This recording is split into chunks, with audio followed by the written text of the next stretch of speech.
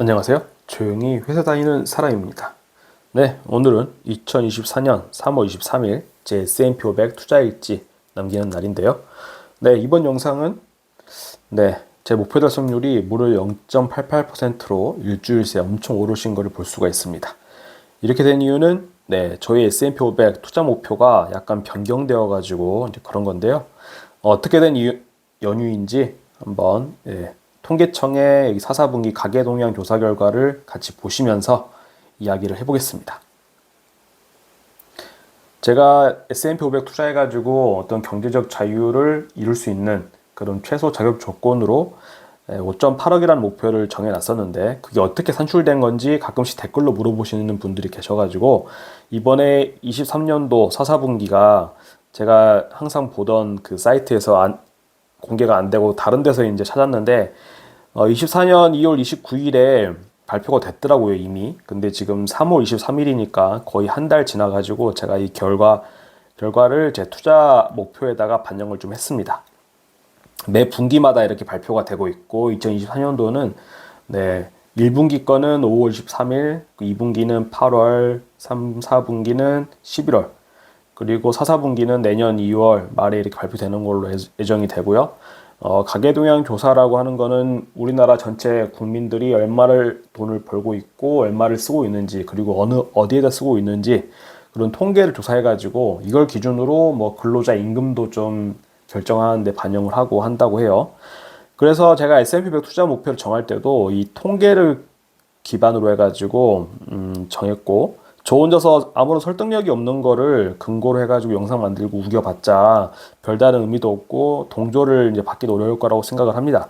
그래서 저는 객관적인 통계 수치를 좀 기반으로 판단을 좀 하고 있고요.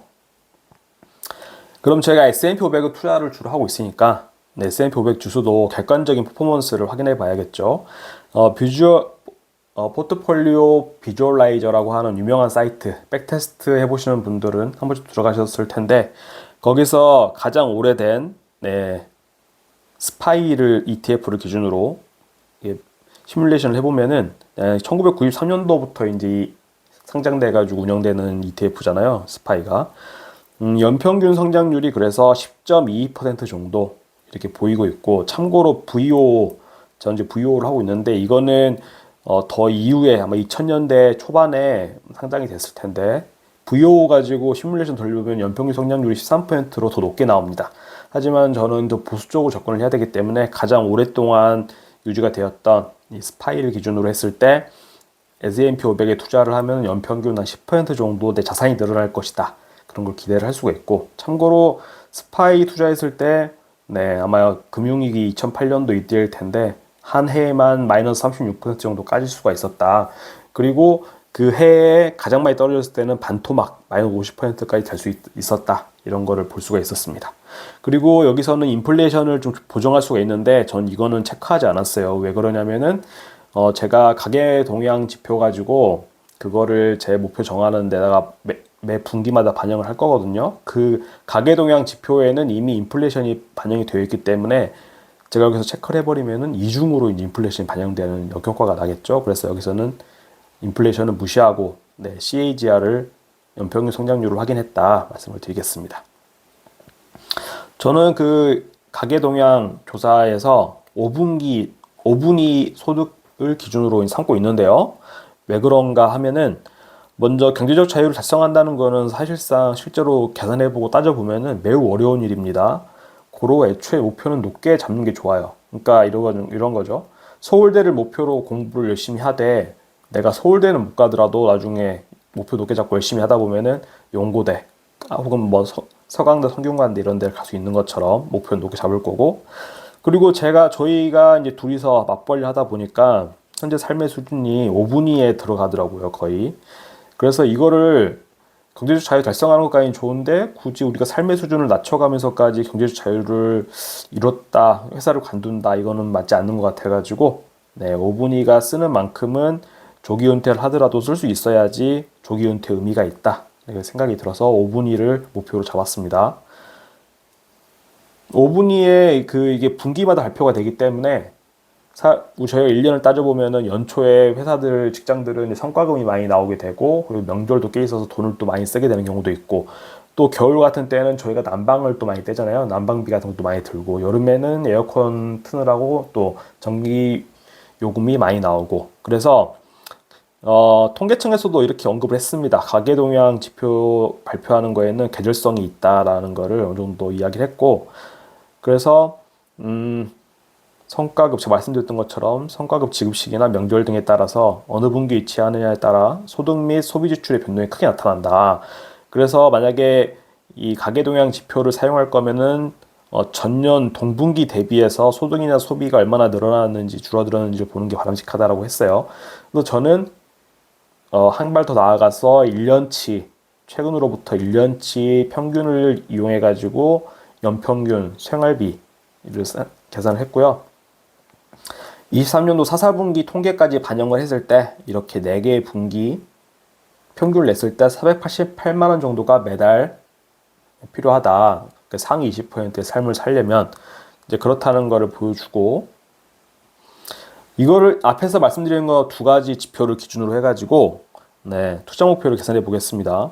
목표는 1년치 생활비를 S&P 500 투자 수익금으로 만든다는 건데요. 여기서는 배당은 제외하겠습니다. S&P 500도 1% 초반대의 배당을 주는데, 어차피 여기서는 제가 양도소득세 같은 것도 반영을 하지 않았기 때문에 좀 정확하게 정밀하게 계산하기보다는 좀 러프하게 계산을 한다 생각하시면 될 것 같고, 2030년도에 달성할 수 있을 거다. 달성할 수 있을 수준으로 이제 저축 투자 비중도 좀 정해서 투자를 하고 있습니다. 앞에서 본 가계 동향 지표에 따라서 상위 20%의 삶을 살려면 연간 5,850만 원 정도의 돈이 생활비가 있어야 되고, 스파이의 최근 연평균 성장률은 앞서 봤다시피 10.22%였죠. 이 2가지 지표를 기준으로 S&P 500에 투자하는 돈은 1년 생활비 나누기 스파이 연평균 성장률을 하면 총 5억 7,300만 원이 S&P 500 투자금으로 있어야 된다. 이걸 보여주고 있어요. 제 기준에서는 지금 한 1억 7천 정도를 모아놨으니까 대략 한 29.68% 정도 목표를 달성했다라고 보면 되겠습니다. 여기서 저는 이제 제가 지금 살고 있는 아파트 가격은 전혀 반영하지 않았어요. 1억 7천에. 그 점 미리 말씀드리면서 S&P 500에 대한 그 경제적 자유 목표는 3분기마다 변할 수밖에 없겠죠. 왜냐하면 가계동향 지표가 3개월마다 발표가 되기 때문이죠. 그래서 이건 유동적으로 변할 텐데, 워스트 케이스로 봤을 때 가계 소비 지출이 커질수록, 그러니까 인플레이션이 높아질수록, 혹은 S&P 500 투자 수익률이 막 떨어질수록 저의 그 경제적 자유를 향한 목표는 알아서 높아져 가게 됩니다. 예를 들어서 2가지 케이스가 있겠죠. 2가지 한 번에 올 수도 있겠지만, S&P 500이 앞에서 제가 10% 정도로 보고 있었다 했는데, 만약 5% 정도 떨어진다. 그럼 현재 물가 기준으로는 총 11억 정도가 있어야지 S&P 500에 투자해가지고 생활비 마련할 수 있을 것이고, 혹은 S&P 500의 성장률은 그대로 유지를 하는데 생활비가 제가 앞서 5,800 정도를 본다고 했는데 인플레이션이 너무 늘어나가지고 지금 삶의 수준 유지하려면 8,200만 원 있어야 된다고 하면, 저는 8억 정도는 S&P 500으로 모아야지 경제적 자유를 위한 그런 최소 자격을 얻게 되는 겁니다. 하지만 이거는 완 좋은 케이스고 반대의 경우도 있을 수 있겠죠. S&P 500 투자 수익률이 높아지든지 물가가 잘 안 오르는다든지, 그러면은 제 경제적 자유를 위한 목표 수준은 낮아지는 효과를 또 얻게 됩니다. 근데 미래는 알 수 없기 때문에 아주 유동적이다, 이거 말씀을 드리고 싶었던 것이고, 제 영상을 보다 보면은 이제 겨우 5억 8천 가지고 경제적 자유 이뤄가지고 뭐 회사 관두고 자유롭게 살겠다고 하는 것이냐, 터무니없이 적어 보인다, 허황된 꿈 꾸지 마라, 이런 이제 생각하시는 분들이 있는데, 저는 5억 8천 모은다고 해가지고 반드시 퇴사한다고 한 적이 없습니다. 최소한의 자격을 얻는다, 이제 그런 거를 말씀드리고 싶은데, 이런 거죠. 저 조용히 해서 다니는 사람이 경제적 자유를 할까요 말까요, 퇴사를 할까요 말까요를 최소한 말을 해볼 수 있는, 고민해볼 수 있는 최소한의 자격이 5억 8천이다 이렇게 보시면 되겠습니다. 그러면 이제 일주일간의 주가와 환율 변동 살펴봐야겠죠. 일주일 동안에 S&P 500은 또 올랐습니다. 1.45% 올라서 5,200. 완전히 5,000을 수성하고 있는 느낌이고, 네, 환율도 1,344원.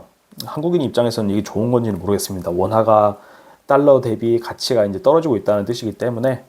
그러면 S&P 500이 또 왜 이렇게 올랐느냐? 지금 이미 올라 있는 상태에서 뭐 크게 기사만 좀 캡처를 좀 해봤는데 이런 거죠. 연준에서 이 파월 아저씨가 올해 한 3차례 정도 금리를 이제 인하하겠다. 더 이상 금리를 올리지 않겠다.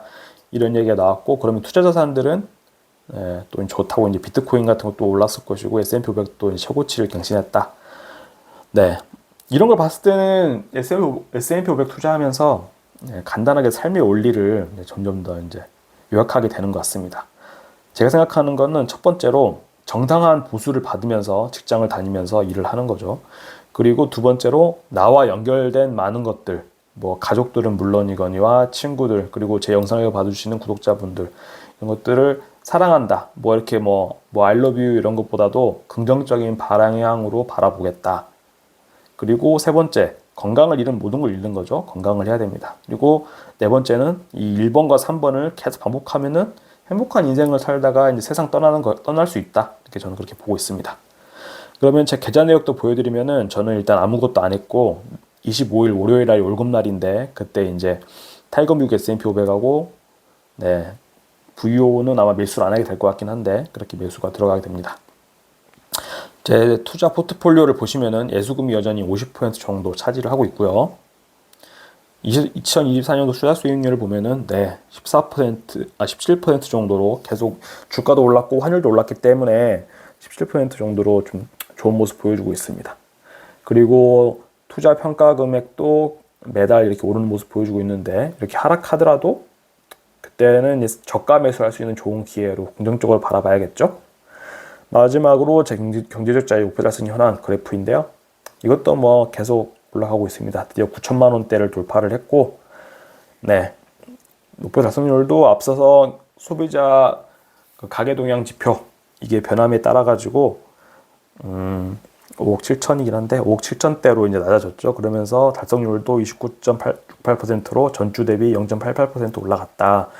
네, 보여드리면서 네, 이번 주 S&P 500 투자 영상도 마치도록 하겠습니다.